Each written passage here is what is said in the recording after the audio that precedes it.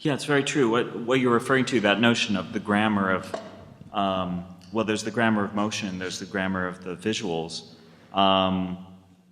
The ultimate effect, if done well, hopefully, when I'm doing my visual presentations, I know not everybody probably saw last night's visual lecture. I'm going to be doing a little encore at the library at 7.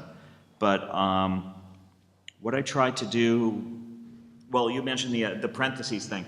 I have different, okay, sorry, it's several subjects at once, but they're all good.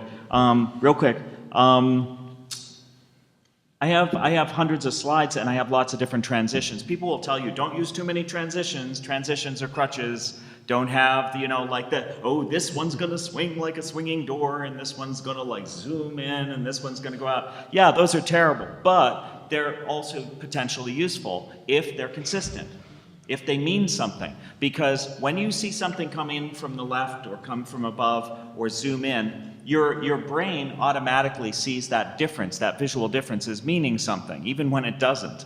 So you just make sure it actually means something. So for instance, I have slides that flip around like that. When they do, if you go back and look, you'll see that every time I do that, it's a parentheses. Basically, I'm talking about this thing and it's like, oh, by the way, and I'm show you the flip side of that slide, and then it comes back.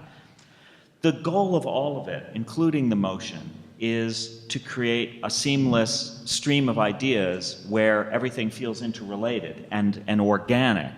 So for instance, I may have several images all fade in, but they're all a little offset. And the reason I'm doing that is because I don't want it to seem as if I made an image fade in here, then I made an image fade in here, then I made an image fade in there. I want it to feel like things are just sort of growing, like a time lapse of flowers blooming or something like that. It has a physics to it. When it looks like that, you don't think, oh, look at that, it's like flowers growing. Instead, you just accept that they appeared on the screen such that you don't even think about how they appeared. All you're doing is listening to the words and thinking about the images, thinking about the ideas, and the images are simply illustrating the ideas. Likewise, the motions that I'm making should be reactive at a macro and micro level to what's happening on the screen. So I'm reacting just like you are in the audience, and hopefully there's a sense that when Scott moves in or moves out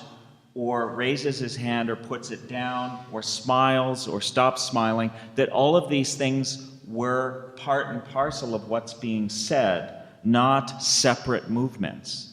If you can pull that off, then people just listen to what you're saying. And then and even better, maybe they're thinking about the ideas that those words are meant to convey, and it just becomes this river of ideas. And it's not parts, they're not parts. And then the whole of it altogether is other than the sum of its parts. We were talking about Gestalt psychology earlier. It's all in the service of the ideas, one hopes.